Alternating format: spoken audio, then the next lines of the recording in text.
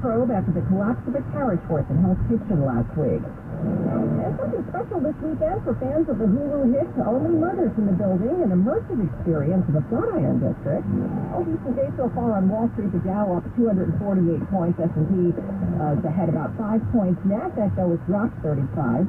Nike weather says high 83 today in sunshine. Then some clouds, maybe a shower tonight, low 67 in Midtown. Winds new time 241. Let's get traffic and transit now from Greg Rice. Well, we still can't solve the Belt Parkway. Eastbound getting over to Pennsylvania Avenue. You got the left lane out the cause of an accident. A very slow go all the way back to Nap. Westbound side of the Belt over at Cropsey Avenue with a crash and the crawl goes right on back towards Flatbush Avenue. Here's what you need to know about the bridges and tunnels. Citybound side of the George Washington Bridge, it's over about a 10-minute ride getting into the city at this point. Northbound west side, southbound Eagan, the Leaf Ag getting you out. Lincoln Tunnel's about 10 minutes in or out. Holland about 10 in, 10 to 15 out. Whitestone and Throgsmith getting worse sides away for all of its faults, and it's got plenty. The RFK, the best of it across the Upper East. Car fire still slows you up on the Garden State Parkway south end near 148. You got at least one lane subject to closure, and that's going back towards exit 153. Also in New Jersey, the New Jersey Turnpike western spur northbound at 15W. White lane still shut because of a flipped over tractor trailer. And truck route 1 and 9 southbound at the Hackensack River Drovers. You got a breakdown blocking the white lane. I'm Greg Rice. Our next report at 2:51 on 1010 Wins. Only a few weeks to go until the start of the new school year, so the Department of Education is out today with its new COVID protocols.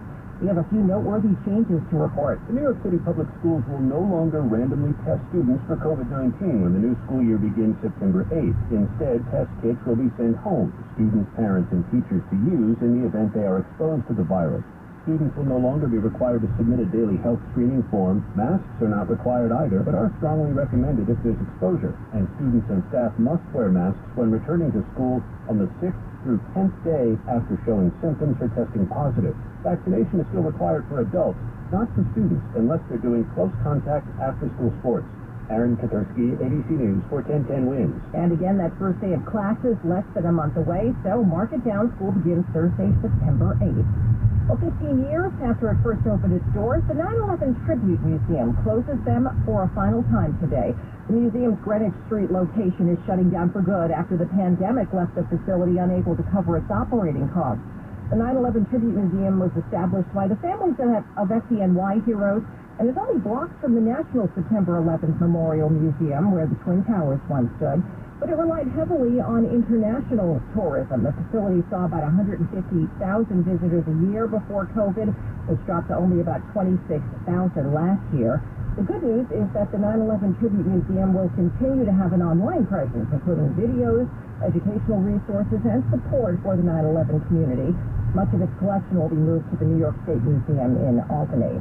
Police are trying to track down a Honda sedan after a hit and run this morning in Queens that put a 44-year-old man in the hospital. The victim is in critical condition after being struck around 2 a.m. this morning. Investigators say he was trying to cross Roosevelt Avenue at 77th Street in Elmhurst when it happened. The car, being described as a gray two-door Honda sedan, it had been headed east when it struck the victim and never stopped. Wins News Time 2:44. Animal rights activists gathering today outside the Manhattan DA's office demanding action after a heartbreaking incident caught on video last week, the collapse of a carriage horse on the street in Hell's Kitchen. The group night class chanting their plea, and a witness came forward. Caroline Smith saw the horse named Ryder 4 hours before it collapsed, saying the horse was struggling and the driver kept urging it on. We were walking around Central Park taking pictures when I noticed this horse barely walking.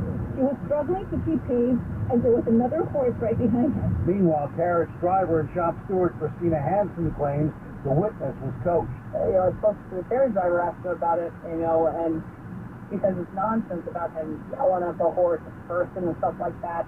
It sure seems to show the horse walking along nice. The DA's office says it's reviewing the incident. Roger Stern, 1010 Wins in Lower Manhattan.